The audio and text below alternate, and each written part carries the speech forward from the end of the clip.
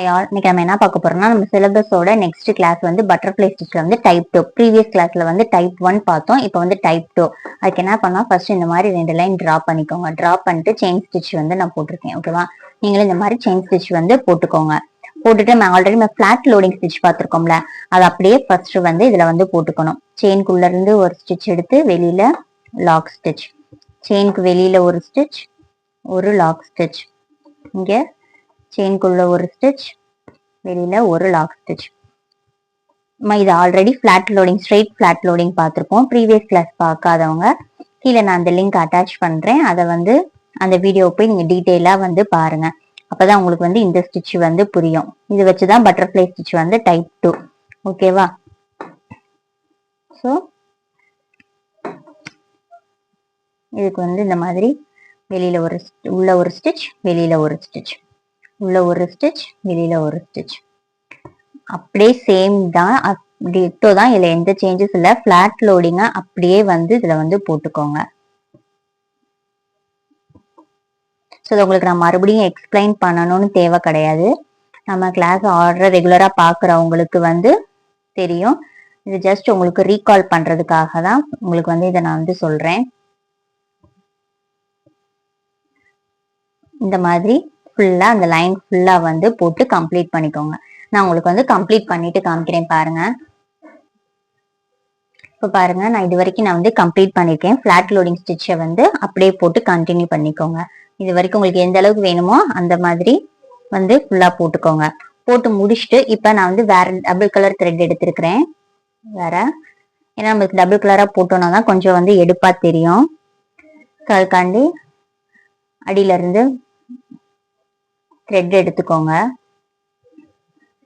எடுத்துட்டு இந்த ஓரத்துல, அதாவது மறுபடியும் நான் சொல்றேன், இந்த இடத்துல கொஞ்சம் இந்த த்ரெட்டை மூவ் பண்ணிட்டு, ஓகேவா? இந்த டைப் 2 எப்படின்னா இந்த ஸ்டிச்சஸை வந்து மூவ் பண்ணணும். ஓகேவா? இந்த ஸ்டிச்சஸை வந்து மூவ் பண்ணிட்டு கொஞ்சம் உள்ள தள்ளணும்னா, அந்த நீடில வச்சு தள்ளணும்னாலே போகும். ஸோ அங்க வச்சு அடியில இருந்து த்ரெட் எடுக்கணும். அதே மாதிரி இது கொஞ்சம் ஒரு குறிப்பிட்ட கேப், இப்போ உங்களுக்கு 1/2 இன்ச் வேணுமா 1 இன்ச் வேணுமான்னு பார்த்து பிரிச்சுட்டு எந்த கேப் அளவுக்கு ஒரு 1/2 இன்ச் கணக்கு இந்த ஸ்டிச்சஸை வந்து மூவ் பண்ணணும். தெரியுதா? இந்த ஸ்டிச்சஸை மூவ் பண்ணணும். மூவ் பண்ணி ஒரு செயின் ஸ்டிச் இந்த மாதிரி. தெரியுதா? அடுத்து இதை கொஞ்சம் நீங்க இப்படி மூவ் பண்ணீங்கன்னா இங்க மாதிரி கேப் தெரியும். ஓகேவா? இந்த மாதிரி கேப் வந்து தெரியும். அடுத்து இப்படி மூவ் பண்ணணும். அடுத்து இந்த பக்கம், அதாவது ஒரு இது பிரிக்கிறப்ப நடுவுல வந்து அந்த ஷேப் தெரியணும்.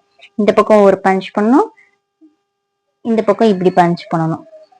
இதை இந்த டைரக்ஷன்ல தள்ளணும், இது இந்த டைரக்ஷன்ல தள்ளணும். அதாவது இது இப்படி தள்ளணும், இதை இந்த பக்கமா இப்படி தள்ளணும். ஓகேவா? சோ மறுபடியும் இத வந்து இப்படி பஞ்ச் பண்ணி நகட்டி விடுங்க. தெரியுதா உங்களுக்கு?